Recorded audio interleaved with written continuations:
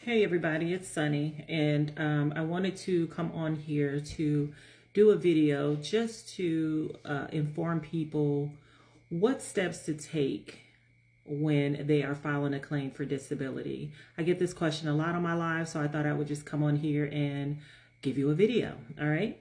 So the first thing you want to do is do your intent to file. That doesn't mean submit, but you want to do the intent to file so that you can preserve the date, okay? That's going to become very important when it comes to arrears, okay, and any back pay that you may receive if you are granted a service connection. So you want to at least do your intent to file, even if you don't have all the information you need, all the documentation you need in order to submit the claim. Do the intent to file to preserve the date. That's the first step, all right? The next thing you want to do is get a copy of your medical records. How can you file anything if you don't know what's in your medical records? You don't know what you were treated for. You don't know what you were exposed to, what injuries you have. So you want to go through your medical records. You want to highlight, okay? Highlight and write down any disabilities, any injuries, any exposures to toxins, any illnesses that you had while you were serving in the military, okay? That's what you want to do. And then you want to highlight those in your medical records, okay? The next thing you want to do is you want to just do a quick Google search, okay? Do a quick Google search on those conditions and take a look at what the ratings are, all right? Because it'll tell you for each particular rating. It will tell you what the percentages are and what the elements are that you have to meet in order to get those different percentages, okay?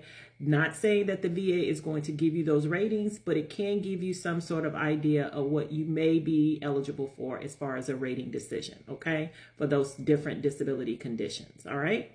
The next thing you want to do is gather your medical evidence, okay? If you're able to, submit an FDC, which is nothing but a fancy way of saying a fully developed claim, all right?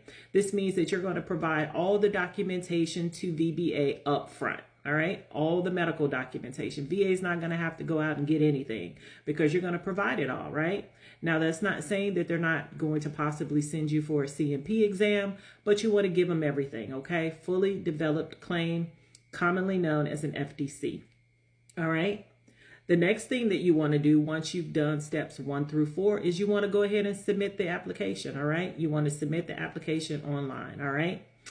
The next thing you want to do is you want to verify any forms that you may need, all right? For example, medical release forms, all right? Do you have some outside providers that you have documentation for any of the conditions that you're claiming? Yes, you can use outside providers. It's not just about what's in your medical records, or if you're a veteran who goes to the VA, it's not just about the VA medical records. It's also about personal medical records, what the doctors on the outside of VA can provide, okay? So you definitely want to give them that information. Any information that can help bolster your claim, you want to make sure you provide that to the VA. And that could be buddy statements, that could be statements of claims, that could be statements from your battle buddies, from your spouse, from your children, anyone that saw you go through what you went through. You can use letters and provide those, okay? The next thing you want to do is you want to track it, and you want to open up any mail that you get from the VA, okay? Why? Because it could be a development letter, right? They could be asking for some additional information. They could be sending you information about CMP exams, right?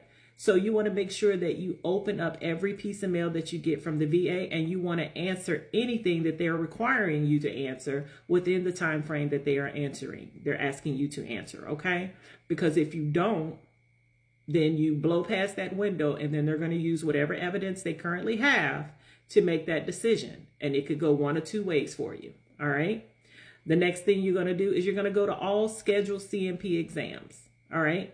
When they schedule you for a CMP exam, please do not miss the CMP exams. They are very important, all right? And if for some reason you have to cancel, you want to make sure you call VA and you get it rescheduled.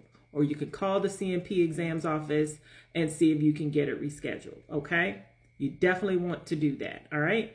And then when you go to that CMP exam, please, please, please, please, please, make sure that you're open.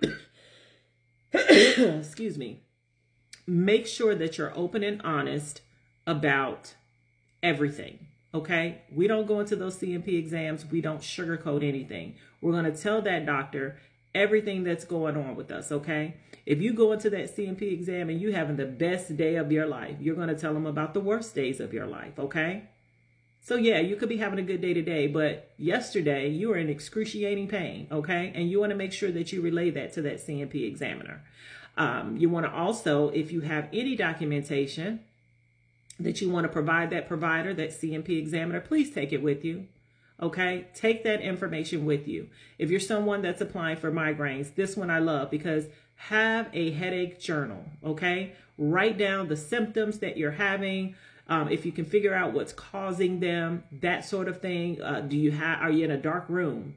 Do you have sensitivity to light, sensitivity to sound, right? Do you curl up in a ball? Do you have social and occupational disruptions to your life? Those are things that need to be told to that C&P examiner. Everything. Mental health, right? That also, you want to make sure you tell them everything. A lot of times veterans go in those C&P exams and they say, oh no, I'm doing better. I'm feeling okay. You want to tell them everything, okay? All right. Make sure that you keep a pain log for any condition that requires it, all right? Keep a pain log for any condition that requires it. When you go to those C&P exams, take that pain log with you. And also, the pain log, the headache log, you want to make sure you submit that as well, okay? And then the most important thing, go to the doctor, go to the doctor, go to the doctor. All right? Go to the doctor. Because here's the deal. If you're not going to the doctor, then it's not a problem. Okay? If you're not going to the doctor, then it must not be a problem. So one or two things could happen.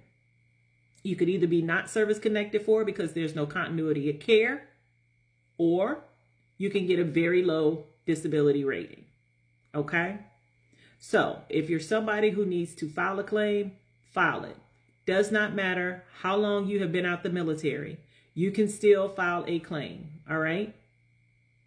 So if you are watching this video and you happen to be one of those veterans who has not filed a claim for a service connection for any injuries, illnesses that you received while you were serving, I encourage you to do so today.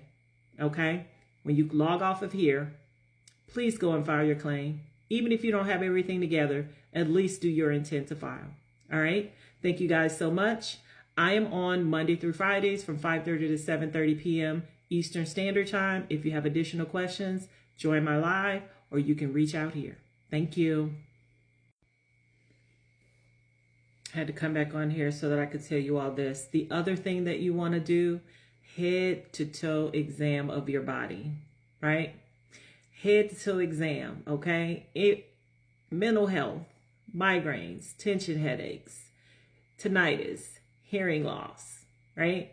Nose, mouth, eyes, respiratory, arms, shoulders, back, knees, thighs, hips, toes, digestive system, respiratory, all of those things. Do a head-to-toe scan of yourself. No one knows you better than you do. And if you have anything that's going on that you think may be tied back to your military service, you know what to do. File.